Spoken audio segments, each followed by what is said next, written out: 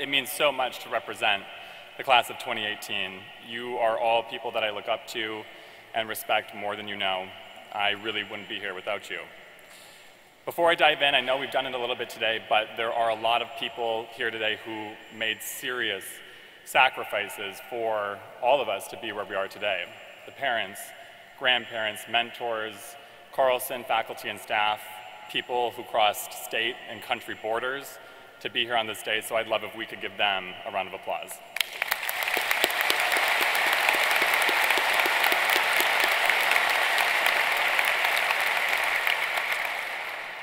Today, I'm going to share my truth and how the Carlson School brought me closer to it.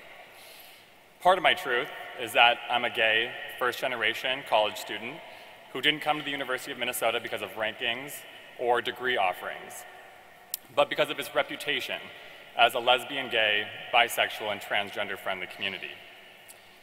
Business school felt like a natural step for me, for the inner high achiever in me.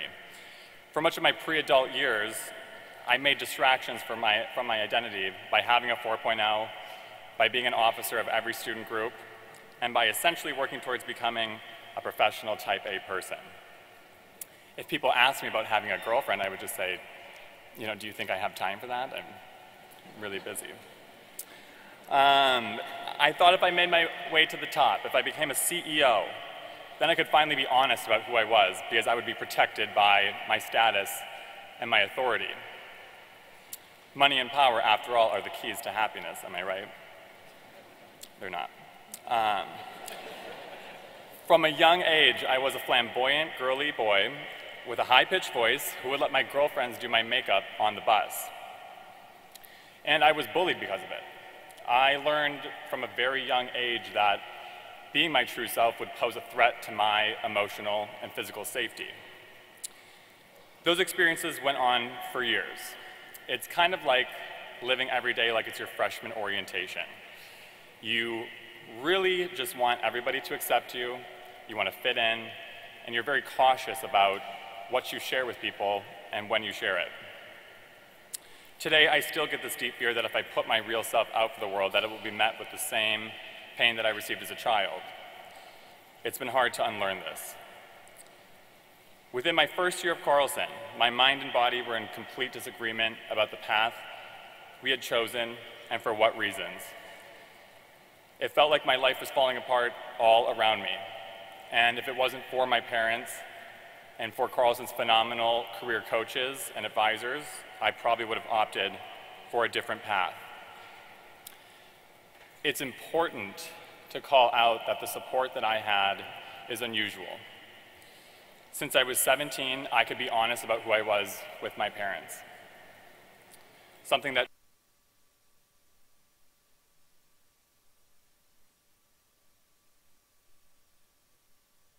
than other LGBT individuals, especially for transgender folks and LGBT people of color.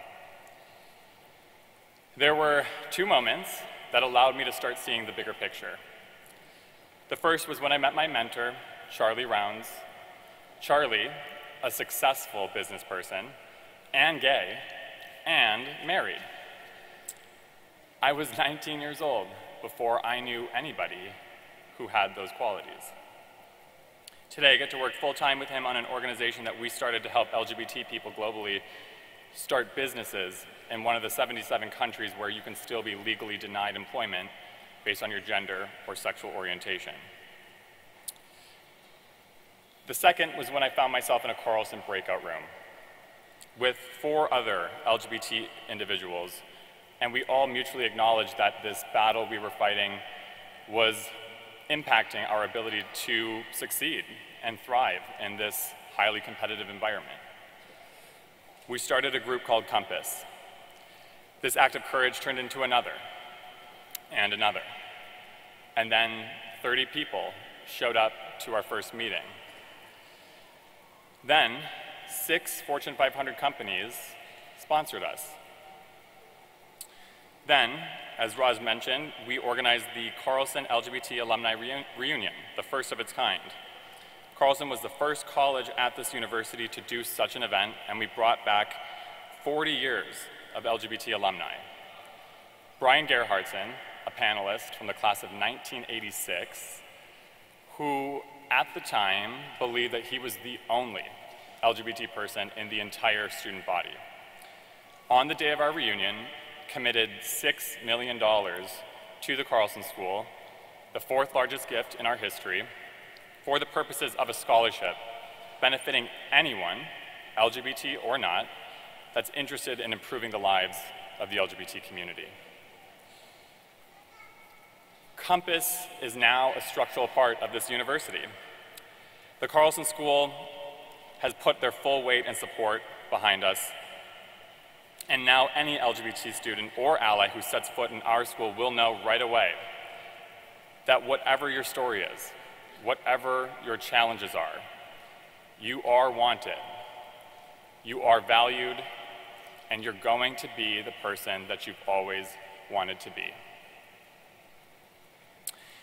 It needs to be noted that multiple people who contributed to Compass in significant ways were not able to be public about their involvement because of the fear that they would lose emotional and/or financial support from their families. I need to note that as we built this group, we had many conversations with people in and outside of the LGBT community. We learned that as a woman, it's an isolating and lonely feeling when you look at the Fortune 500 CEOs and you see that less than 5% of them are women. Or that 1 in 3 women between the ages of 18 and 34 will be sexually harassed at work. And outside of those numbers, I've learned that many women fight against an underlying tone within the business community that they have something more to prove before they can be on an equal playing field with men. So I have to ask the parents, the siblings, the friends of women, are we okay with that? Are we okay with that as human beings? This journey helped us learn from people of color as well. In 2016, local economic development nonprofit Greater Minneapolis-St. Paul surveyed 1,200 professionals of color about the metro job market. 22% of respondents said that they will likely leave the state in the next 5 years. Those who plan to leave cited a lack of diversity and cultural awareness as the primary factor, and that it influenced their decision even more than our cold weather. Are we okay with that? I ask because we get to decide if that's acceptable or not. And we also learned from straight white men about battling mental illness, about losing loved ones and family members, and from everyone about all kinds of battles that we all fight in silence.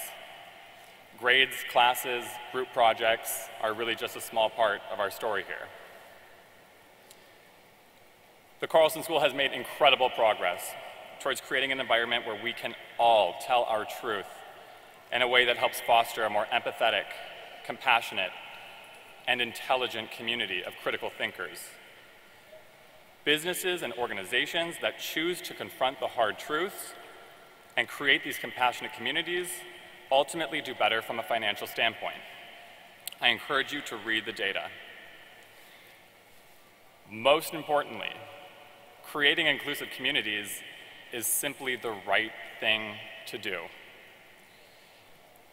Our generation is tasked with solving some of the world's grand challenges.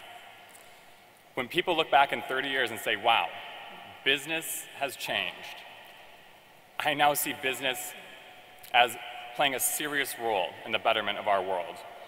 They're going to mention Harvard, Stanford, MIT, etc. But when people ask, who did lead that change? They will say, the Carlson School. We are going to be the leaders who are willing to extend a hand, build a bridge, and seek a deeper understanding of who we all are and the truth we carry. This legacy is ours.